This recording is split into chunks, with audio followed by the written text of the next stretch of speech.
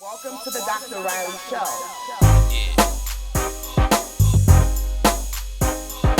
I'm your host, Dr. Anissa Reilly. Welcome to the Ask the Dr. Reilly Show. I'm your host, Dr. Anissa Reilly. This is the place where if you have questions, we have answers. So, we've been talking about sexual trauma. And today, we have a very special guest with us who's going to walk us into his life a little deeper. His name is L.A. Sunshine. And yes, he has experienced sexual trauma. So welcome my guest, L.A. Sunshine. What's up? What's up? Yeah, we gotta put some music in. Yeah. Whoop, whoop, whoop, whoop. So many of you may not understand why I'm so hyped, why I'm so excited to have my brother, L.A. Sunshine, here right now. I'm going to let him explain to you who he is in case you don't know. But today, you're going to know. So, L.A., tell everybody who you are before we get into what's going on with you. Hey, what's going on, everybody? My name is L.A. Sunshine. Love always. Louis Armstrong, long amnesia, leaping ability, no, that was just the LA part. My bad. My name is L.A. Sunshine. I'm part of a group called the Treacherous Three, first generation hip hop artists. From hip hop's inception, from the beginning, my group was part of the forefronters, to break those barriers, to bring hip hop to the forefront. And we made our mark. So you are OG. I guess that's what they call it. Yeah. I'm gonna use that language. I'm a double OG. Oh, double OG. You's an OG. Yeah. The original. Because a lot of people say, oh no, I know cats from the old school, and because old school is generational, for some people, old school is Snoop. Right, you're right. You absolutely right. But he is old school to some people. But you before Snoop. Before Snoop. And then even when people go, oh, I remember like Run DMC, before that. Before Run DMC. Oh, the Sugar Hill, before them too. That's right. So I think it's double OG. So I got a tattoo in that, but yeah. So we're gonna coin that phrase, double OG in the place to be. Okay. Tonight. Okay, that works. All right. So we have been working on this series, this season about sexual trauma. Yes. And I always ask my guests, what does sexual trauma mean to you? So as a black man who's a double OG, what does sexual trauma mean to you?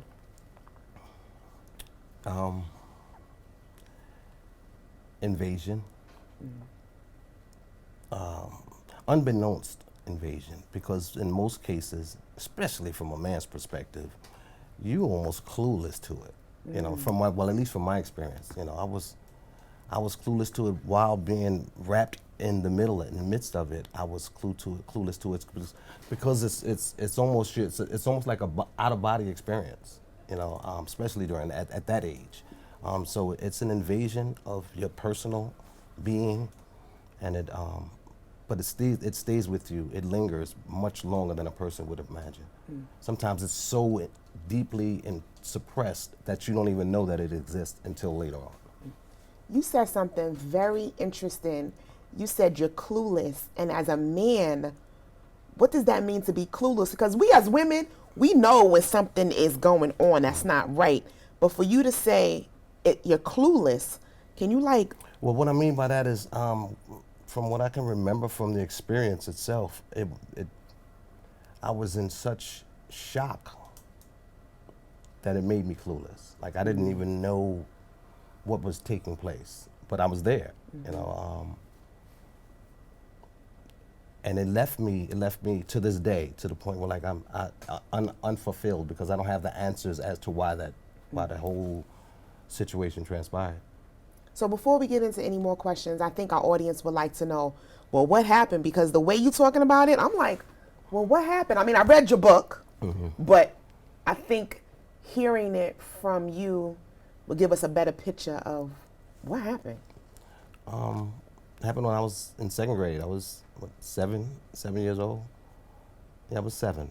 And I was being babysat by a woman named teenager by the name of Sonia. I remember her name. She was a heavyset Spanish lady, teenager. And her and her boyfriend were babysitting me and another young lady who lived in my building. Kathy was her name, and she was same age as me. And I remember they had bunk beds, and we were on the lower bunk bed just playing around.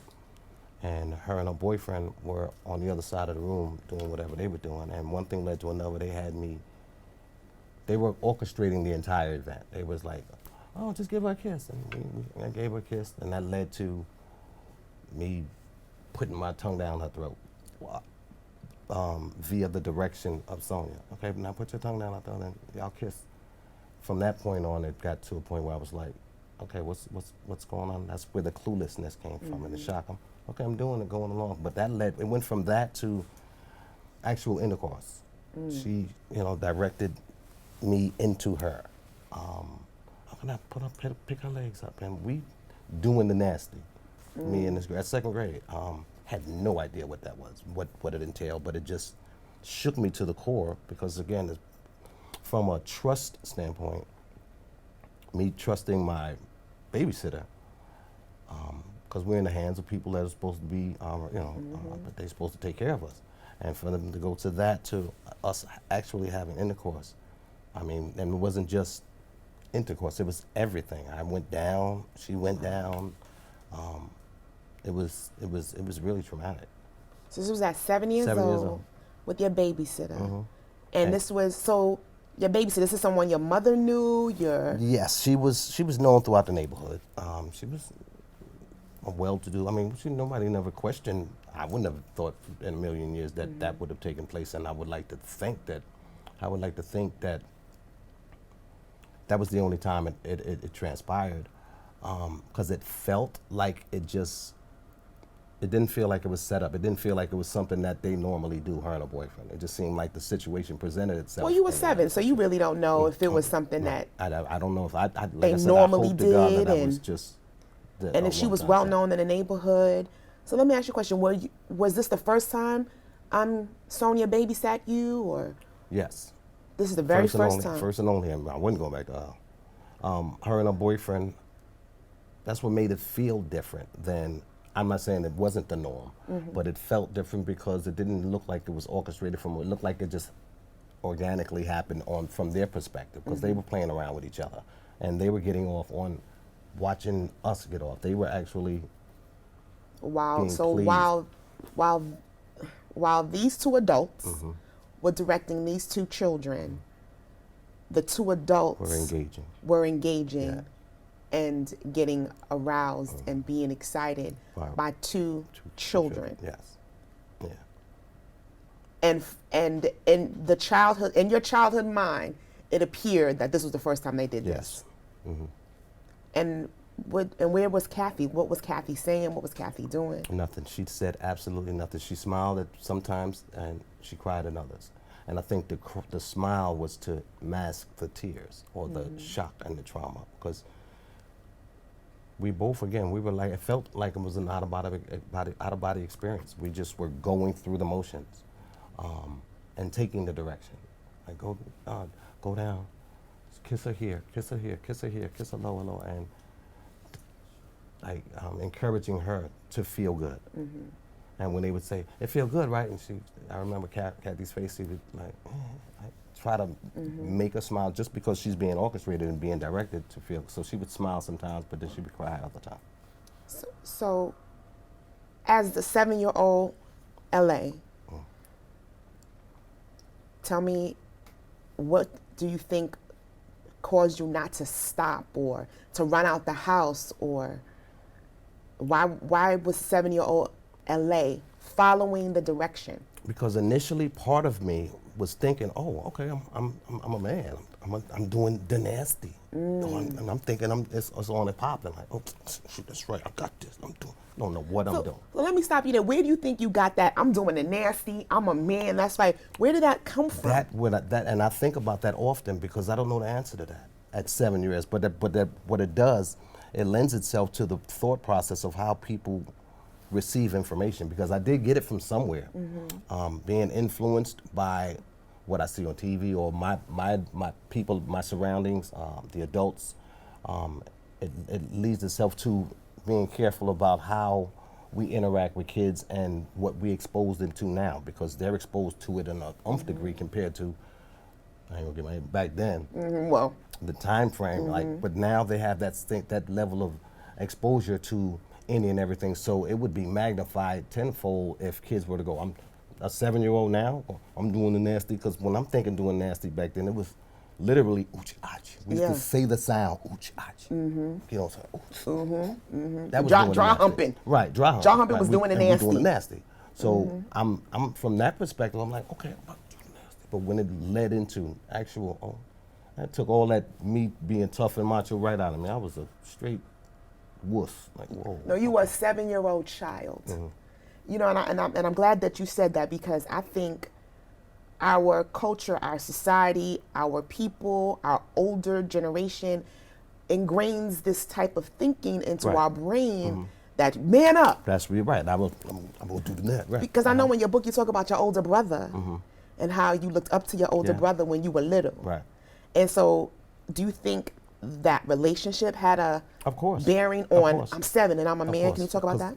He had an indelible impression on me as a person. He was my model. He was my hero, who I wanted to look up to, who I wanted to be like. Because he was a teenager. He had girls in and out the house, and he was always fly and had a lot of attention. Girls gravitated to him, so I was like, that's my big brother. I want to be like that. So when I had the opportunity to man up or be that macho dude, I thought that was the model that I was following initially. Okay, no, I could do this. I want to do the nasty. But when it's transitioned to actually doing, I'm in like a deer in headlights. I was, oh God, I'll do what? Touch her, lick her, what? But no, just him as a person made me want to model after him. And I thought that's what led me to think that it was okay and cool, because I aspired to be like him, just chilling, being cool with the chicks. I thought I'm getting stripes. So it's funny you say that, because you had like 2 roads going by. You had this idea of who you wanted to be or thought you should be as it played out in front of you by your big brother, you know, and then you have this who you actually are, 7-year-old child. Right. And I think sometimes that gets lost. Yeah, very much so. Because there's these phrases that are used with sex with underage girls, sex with underage people. No. You're not having sex with underage people. You're raping. That's rape. Right. Right? So, but that phrase is often used with girls and not so much with boys. Sex with underage boys. Like, that phrase is really not used with that. But when we think about it, it's not just sex with underage girls, it's sex with children. Well, I think boys from boys to men. Honestly speaking, I don't think most boys they're less comfortable speaking about it than women are, because you're losing that pseudo manhood. Like, nobody want to cross that line. It's a very uncomfortable conversation to have, to just breach within yourself, much less express it outwardly to somebody else. Can you talk more about that? Because I'm more female. I think we just talk. We're like more open in conversation about our sexuality, more so than. But around the dudes, like, you.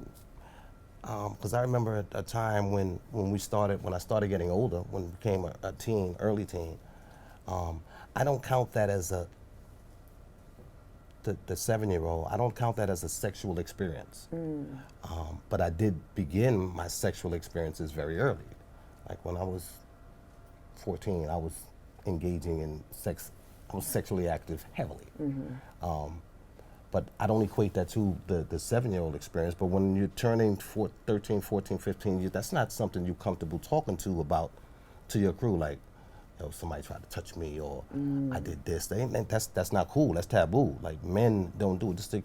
I think the equivalent to depression, suicide, that kind of stuff. Most men don't engage in that kind of conversation because it's just taboo. But I think what you just said is also what happens to women. And I think that it's the shame that comes with it. So whether you are a male or a female, being sexually violated and having sexual trauma be a part of your lived experience, there's a certain amount of shame that comes with it, right? And so men want to call it taboo, or what? You won't talk about that. Right. And women become, it's my fault, I shouldn't have. Okay. But it's shame. Shame is definitely attached to it, yes. Yeah, it's shame. And And so you said something now that shame leads to depression. So I know that that's something that was also part of your lived experience. So do you want to talk about that? I just didn't, sure, I don't have a problem with it. I am an open book. I didn't equate it. I didn't connect it. I didn't correlate it. I didn't make that connection that part of my depression was stemmed from that experience. Because I kind of just buried it and suppressed it. And when I began going through, I realized at 11 that I had depression issues at that time. And of course, knowing now that, I know now, and I learned a little bit later that it was definitely connected to the experience that I had. And it's still with me, the depression part. I have ups and downs. It causes the anxiety, but when I think of that experience specifically, it doesn't depress me anymore because it helped me get to where I am, because I understand it. That doesn't make it all right, but I understand where the depression was stemmed from initially. Because to be 11 years old and to be having depression thoughts, that was the first time I thought about doing something to myself. Suicide. Yeah, I wanted to kill myself. So it was definitely correlated and connected to that Sonia experience. So let me stop you at the 11-year-old self. Did the 11-year-old self or the 7-year-old self ever tell? Because I heard you say you never went back to Sonia's house ever again. Right. But did the 7 or the 11-year-old self tell anybody? No, not till I was older. Again, it was something that you're not comfortable sharing with the fellas. Not even your mom? No, I wouldn't tell my mom that. Why? No, I'm scared. I was more ashamed than scared. You know, it goes back to that. That's not something, because again, I'm that dude, man. I'm holding down at 7. I'm thinking I'm that cat because I'm aspiring to be like my brother. And to share that experience, it kind of takes I'm that dude, takes some of those stripes away. Out of it. So you can't compromise that. At 7, you don't even know how to digest it, much less express it. You don't even know what's actually happening. You're just going through the motions. So once you get it in you, and for you to be able to go out and express what happened, you're not comfortable with that, and you don't even know how to navigate that conversation. So it was definitely not a no. It was a no for me to talk to my moms about that. And I just want to bring it to the audience's attention that when you get into situations that bring shame, it brings so many other brothers and cousins with it. That spirit of shame brings the spirit of depression, brings the spirit of confusion, and as you heard LA say, it brings the spirit of suicide. So it comes with it. But one thing I do know about shame is that the more you talk about it and the more you share with somebody trusted, the less shame you feel, because it's like shining light on darkness. And I wasn't able to do that because that was that was part of the core of my being that I've never allowed to come out. But when I wrote the book, I did it as a purging, and I allowed myself to purge, and I dug deep into that all the way up until that sexual experience, and I realized that was part of the core of that led to me, all of my dysfunction, led to me thinking the way that I thought, my lack of trust, women issues, but unbeknownst down there, I didn't know that, growing up, because I had suppressed it. I didn't even address it at all. But going through my experiences with relationships and the like, a lot of that weight was carried on me without me knowing that until I did the book and purged it all out. I'm a much better person for it now. I still got my days, but I'm much better for it now, being able to express it. And had I not written a book, I probably would have never expressed it, or I don't share nobody. It would have just stayed suppressed. I think that's a good point to say, because it is said that if you have to do something with whatever's inside, like you have to do with it. And it is recommended that you write, right?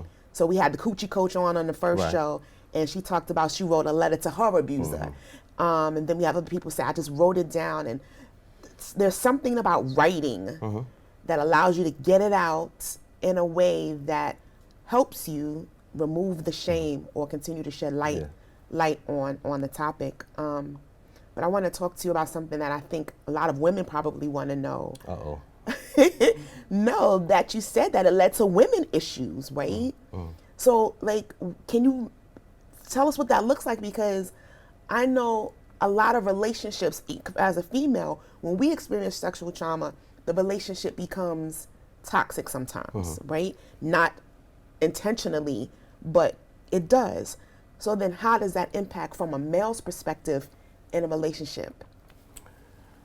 The dynamic is different in the sense that it's for me, I'm a trusting person by nature, but it's almost like a battle within myself, because I am just naturally trusting, but that has caused me, but the trauma has gotten me to a point where I always gotta almost sleep with one eye open. Not necessarily that. I expect the other shoe to drop at any moment. Even though I'll trust you wholeheartedly, but I'm like, well, something's gonna happen. I can't trust you. You're gonna do something.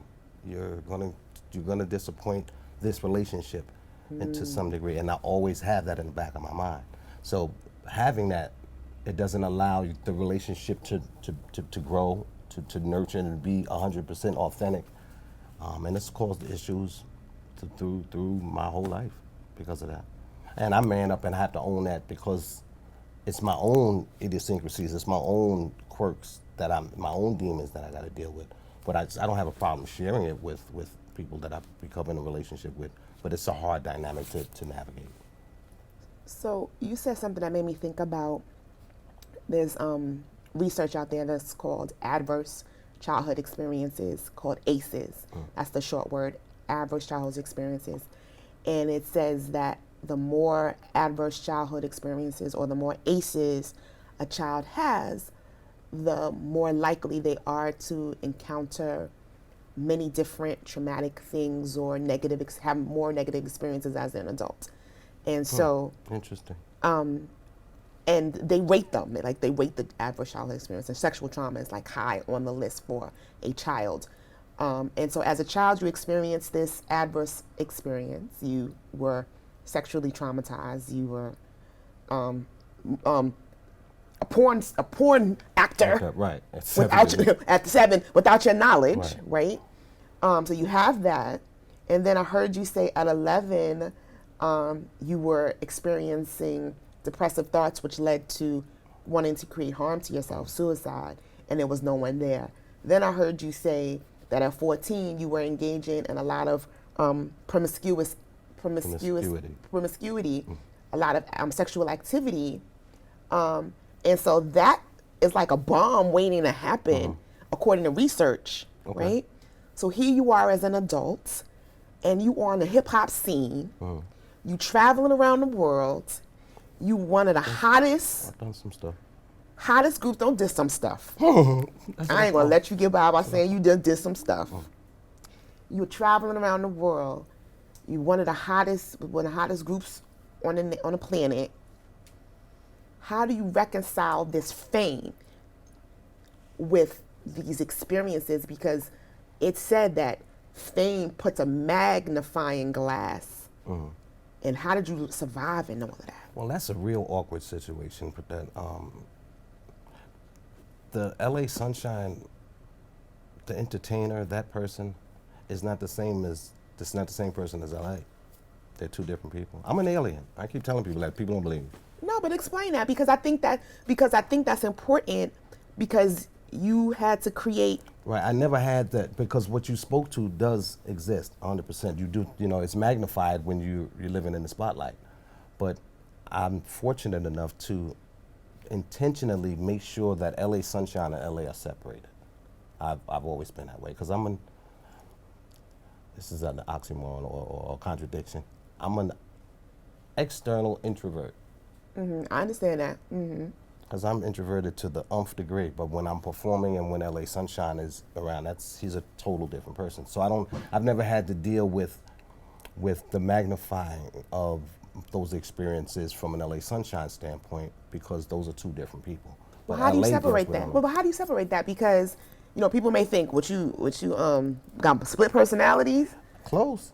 So yeah, so Close. explain that. So how were you able to clearly separate LA Sunshine from 7-year-old reality person? Well, that was a survival tactic because had I not been tapped into LA Sunshine and LA coexisting, I probably would have done myself harm because LA is not LA Sunshine all the time, but LA is always LA, if that's making any sense. Yeah. Because when I'm on stage, I'm not the same person that you see off stage. So when you see me off stage, I'm almost a letdown. That's what I call it. In the sense of people expecting me to be LA Sunshine. Yeah, 'cause people get caught up in the image. And I don't meet that criteria. I've never have. I've always been. I pride myself on being grounded. I never let fame get to me to a point where I bought into that whole glitz and glamour and fame. So the fame part of it never exacerbated. It never made it bigger because they was always separated. But would you say the distrust that LA lived in or had right there, did it ever seep into LA Sunshine's world? No, definitely. No, from that perspective, 100%. That's part of what made the separation, made me make the separation because, oh God, the disdain that I have for the entertainment business, LA would not have endured. LA would have done something to itself or somebody. So he had to make sure that LA Sunshine was just, okay, that's a figurehead. He's a performer. And at the risk of sounding egotistical, I do it and I do it well, but that's just not me. So do you think? Okay, so you did it on a public stage, right? You separated LA Sunshine from LA, but would you say that that's what's happening to people now that may not have a public stage, but in their space? Yes, I do, and it's doing major damage to us as a collective, as a people, because what we're doing, whether we are aware of it or not, we're suppressing it. We're keeping it down. So people put on the facade and act like everything is all right. I mean, then that's 99% of people. When you ask people, oh, it's all good, everything is gravy. Man. No, there's some issues that we don't address, that we suppress, we keep. So for me, that's kind of faking it till you make it at least. But I think that does more damage than good when you're not being 100% genuine with yourself and keeping it all 100. People keep it 100 just for the surface, right? But that stuff underlying on those demons, them bones and them skeletons, if you're able to just get it out and articulate it, then you can actually purge and then be 100. But I don't think the 99% of the population don't do that. They're more comfortable not doing it. So were there signs at 11 that your mother, missed?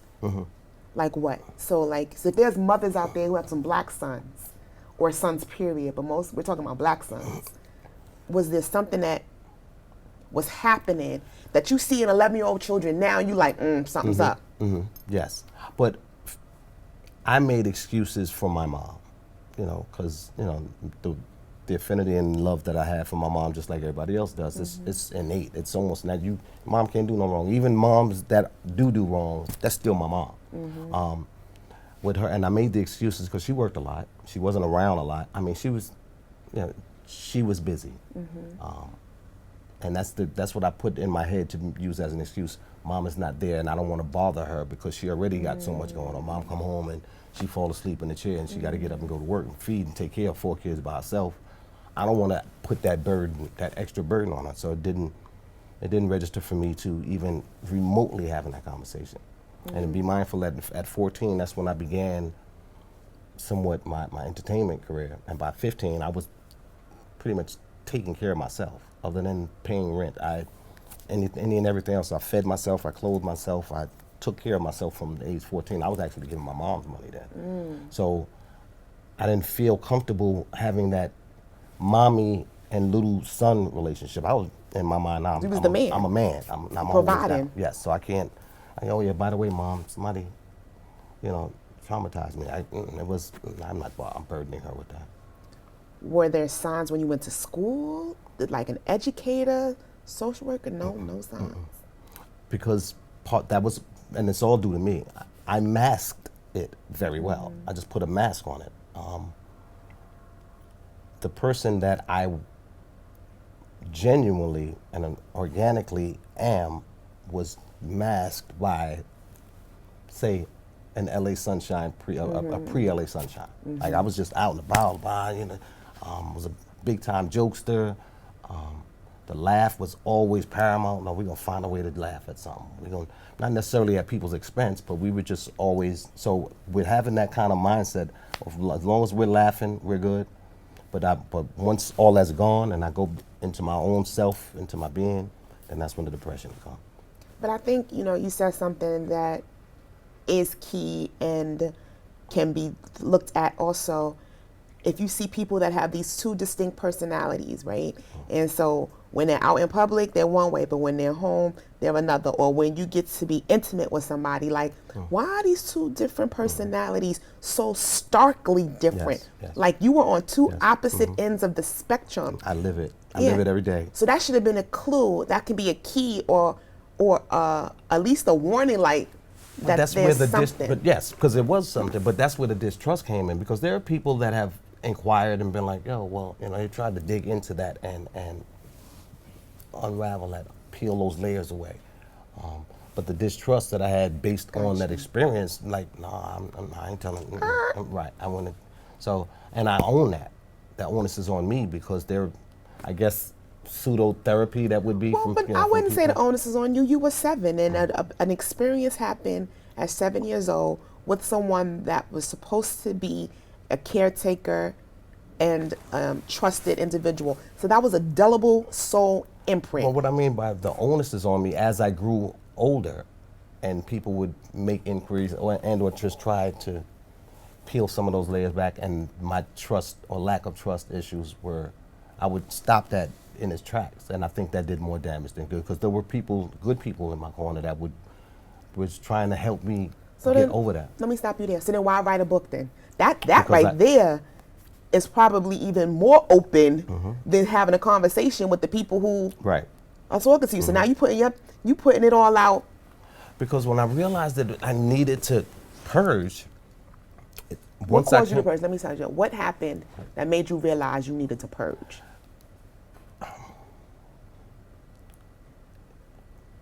Because if I didn't do it, I know I was going to kill myself. Those were my choices, either to let it all out or just be done with it altogether. So why choose? Because some people chosen the traumatic end all. You chose to write. What strength was there for you to write and not just make the other choice?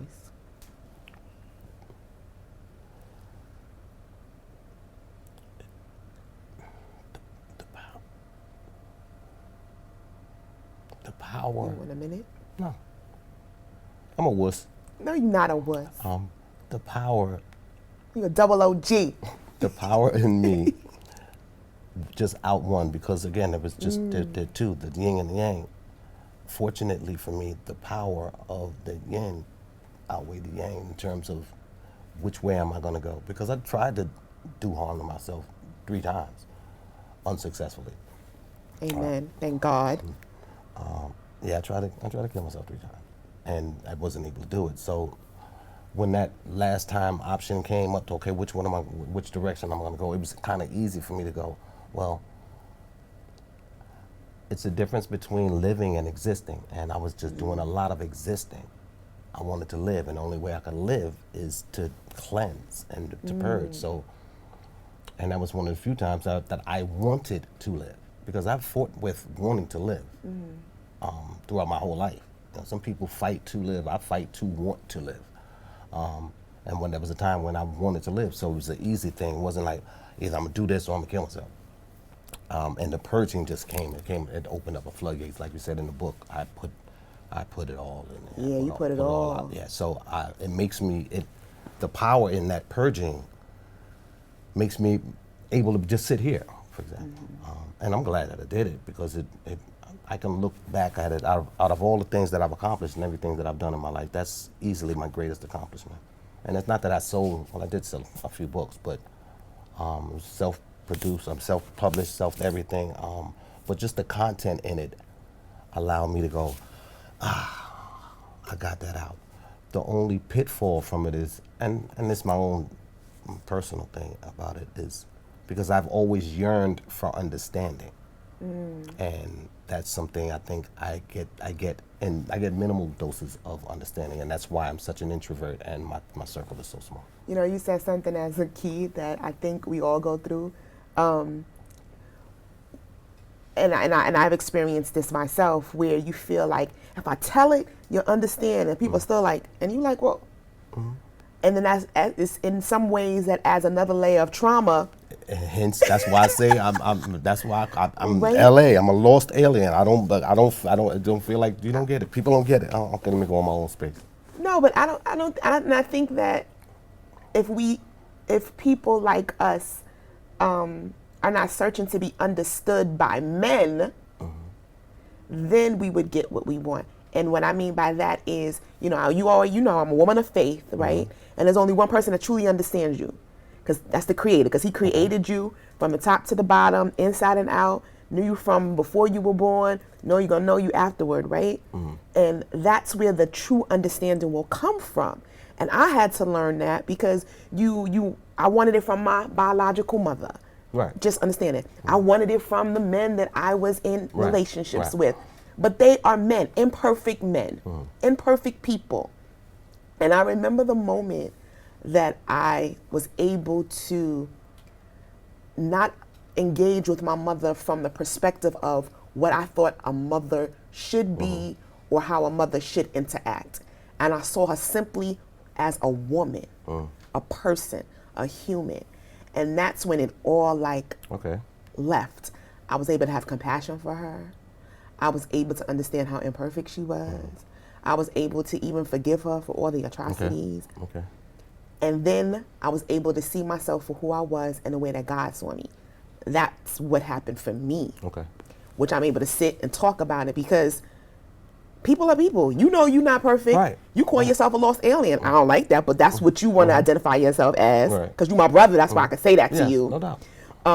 But you know you're not perfect. I know I'm not perfect. So then and I had to understand this, why are we expecting other people to be perfect or give? You know what I mean? Yeah, wholeheartedly, I totally understand. But I've gotten to a point, and that was part of the purging, thank God. That helped me get to a point where I would like understanding, but I respect and understand. If I don't get it, that's fine. And that's like, Monica, I wear that with a badge of honor. Like I accept people for who they are, but I have also deal with them accordingly. But I also want to say this. I think, because I understand you. Okay. You know I understand you. And so I think sometimes when we look for understanding from certain people, we miss the little miracles that do come into our lives. Yes, I agree. Right? And I'm 100% guilty of right. I think that's what happens, that we miss the little miracles that happen in our lives, because I think we're loved that much by our Creator God that He'll give you pieces of light. And the more we focus on those little pieces of light that He shows us, then the rest of the darkness will dissipate.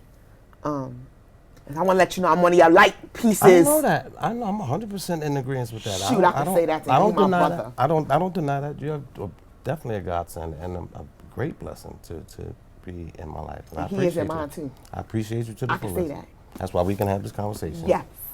That's my sister. Yeah, that's my brother. I love her. I know, not as much as I like him. So, I just want to say, what pieces of advice could you give to men, and black men specifically, because there's a lot of trauma that black men face.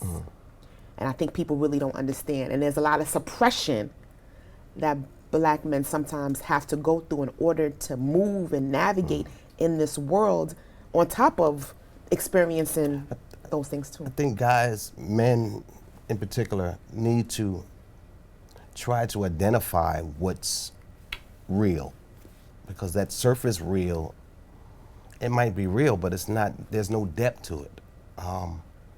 And I say this a lot, that if, a lot of guys, when they have that cloak of I'm tough, and people are like, no, I'm tough, I'm a man up. If you really tough and you really gonna man up, do the toughest thing, and the toughest thing is to let it out. It's easy to suppress it and put a cloak over and be like, yeah, I'm a man up and I'm a handle it on my own, or I'm gonna suppress it, I'm gonna cover it up.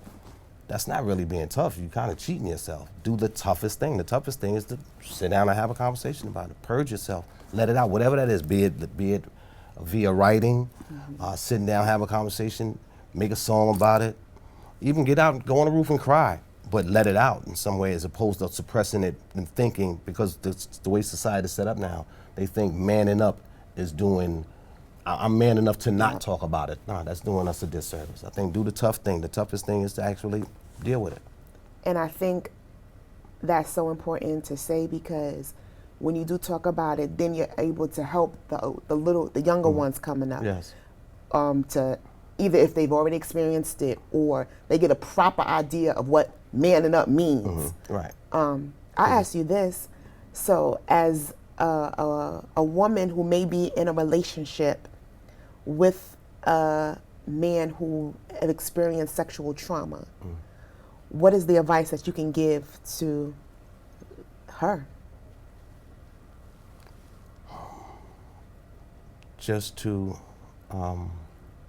and to understand is not really the word, to be considerate of it, for one, because sometimes you can, in those instances, a man would have the opportunity to dangle that as a carrot, or use it as a get out of jail free card. And what I mean by that is, most men don't want to have those conversations and embrace women or a relationship to the fullest extent and dig deep and be able to express that kind of stuff. It's easy to go, well, nah, man, come on, you know what I've been through. You can pull that card out and go, come on, you know what I've been through. And most women will respond with, yeah, he done been through some stuff. But you're not really addressing it. So I would hope women don't be an enabler, but at the same time be compassionate and sympathetic to what a man has experienced. But don't enable it and just be like, oh, okay, no, baby, it's not all right. Because it's not all right. You're just helping him suppress it and not actually dig deep and address it. So when I say that it's real, I'm gonna keep it real, that means we're gonna be together and not talk about it. That ain't real. I would advise a chick that you gotta it's a fine line being a supportive female to your companion, but are you supporting him by allowing him to suppress it? You have to just determine that on your own. That's good. Because you know what? We have women are natural nurturers. Right. It's just by nature. It's gonna come here. So, and again, we need that as men. We need that as human beings. But that's on the surface still, because you need those levels of consciousness, the emotional, the physical, mental, the spiritual. They all have to be met, and it has to be a balance within all of it. But most men are easily gravitate to the emotional part and go, oh, it's all right. Okay, that's all I need. I just need that. But no, that's just that part. Physical part, you need to go on and cry about it. The mental part, you need to think about it, analyze it, assess it, and then regurgitate it, let it out. And then spiritually, you just become more at peace with yourself. But most guys and most people, they just stop right there at that surface level. Oh, it's gonna be all right. So I think women, I would hope that women be more mindful about the nurturing part, which is a necessity, but at the same time, you don't want to be an enabler. So, as we come to a close, can you tell us where to find your book? The book sold out. No, we did, because I have one right here. Well, I know you have one. I got a book right. But no, I'm considering doing a reorder, order another batch, and put it out. I did actually sell it off of my shoulder. I didn't put it on Amazon or anything. Like I said before, it was just the project was self-done. We did it all ourselves. So it's called L.A. Sunshine: A True Story, The Real Accounts. Yeah. And this book talks about not only L.A. but also L.A. Sunshine. Right. Yeah. You're right. You said that right. It says there's a chapter and it talks about me, myself, and I. Yeah. That's why I said it. So that's why I said it talks about L.A. and L.A. Sunshine exploits. If you want to know anything about the OOG days, pick up the book, buy the book. Yeah, I'm gonna do a reorder. I'll have some. I'm gonna put out some information soon on where they'll be able to cop it from. Again, it'll just be on my shoulder. I'll just be mailing them out individually. I didn't have to do any other platform in terms of selling. I literally sold it off my shoulder. And I think it's good to read also because it also will give some other insight into how men can kind of move through their journey into manhood. Yeah, I think part of my mission writing it, well, again, the ultimate mission was to purge. But part of it was to hopefully gain some semblance of understanding and allow people to be able to be understood. Yeah, because it was a journey. You wrote as a journey, and it's very written beautifully and in the mind of the Prince of Poetry writing. I think it's captured well. Look up Prince of Poetry and you'll figure that one out. But so what are you doing today? What are you doing now? I'm still working with children's. Working with them babies? Working with children's. After school, I work in the school and also work in an after school program. Assistant director for a program where, considering the circumstances right now, got a little bit on hold. But yeah, I'm just, loving being with kids and nurturing them and being able to give them some guidance in terms of from a performance standpoint. Anytime I'm putting shows together, directing plays, talent shows, and the like, gives me my greatest gratification because giving them back. They say give back to the community. I'm proud to be able to say I never left the community. I ain't never went nowhere. So I was always in the community. I ain't giving back. I'm there. So just that's doing basically it. what I'm doing, working with and I'm glad you're working with kids and you said performance because, it is said life is a stage. Art imitates life, but also art gives you an opportunity to, as you said, become this other person and get it out. It helps therapeutic. Kids. The arts, that's the word I was going to say. The arts are very therapeutic, but it's so therapeutic, it's almost at a disadvantage because kids don't know how therapeutic it is until you experience it. And that's a lane, that's an avenue, just the arts itself. Kids are so innately talented, but it's unbeknownst. They don't know it until you squeeze some of that out. You gotta squeeze that lemon and get all that juice out of it. Them kids the kids are phenomenal, but they don't know it unless you've given them the opportunity to experience some of those them hidden talents. So I'm gonna do something my husband says. You be real corny with it, Anissa, but I'm gonna say it anyway. You said take the lemons and squeeze it out, right? So the phrase, you give us lemons, we'll make some lemonade. So a lot of the children, a lot of black and brown children in communities like ours grow up where all they got was lemons, bad lemons at that. But what you're doing is helping them take those bad lemons and making mama's good old sweet lemonade. Yeah. Any last words for our audience? I'll regret it later. I'll go, I should have said this. That's what No, but okay, so let me guide you, right? Okay. So if you could go back to 7-year-old LA, what would you say to him? And then say it to that camera. I would tell little LA, why you ain't kick that man in the ding ding? Kick him in the ding ding and run out. Just kick him in the ding ding. What would I tell him? I don't know. That's a very good question. What would I tell 7-year-old me? I would let him know that it's gonna be hard. All joking aside, I would tell him that it's gonna be a long, arduous, hard journey. Be prepared for, but there's light at the end of the tunnel. There is serenity in purging. And that's what I would tell him. So, as we are coming to a close, life is hard, life is a journey. There are things that happen that bring shame, but purging is necessary. And if you experienced sexual trauma as a child, whether you are a male or female, not only should you reach out to agencies to get help, but find a way to purge, whether that is through writing, whether that's through talking, whether that's through art. But don't keep it inside, because when you keep it inside, other things come. Yeah. You feel like me when you keep it inside. Stop the world. I want to get off. And since the world can't stop, Right. unless it's the pandemic, Right. but since the world can't stop, just know that there is help, and you got it. And that concludes our episode today of Ask Dr. Reilly. See you next time. Thank you, Peace. sis. Thank you, bro. Next time on the Ask Dr. Reilly show, Dr. Reilly turns the camera on herself to share a personal story on how she dealt with sexual trauma.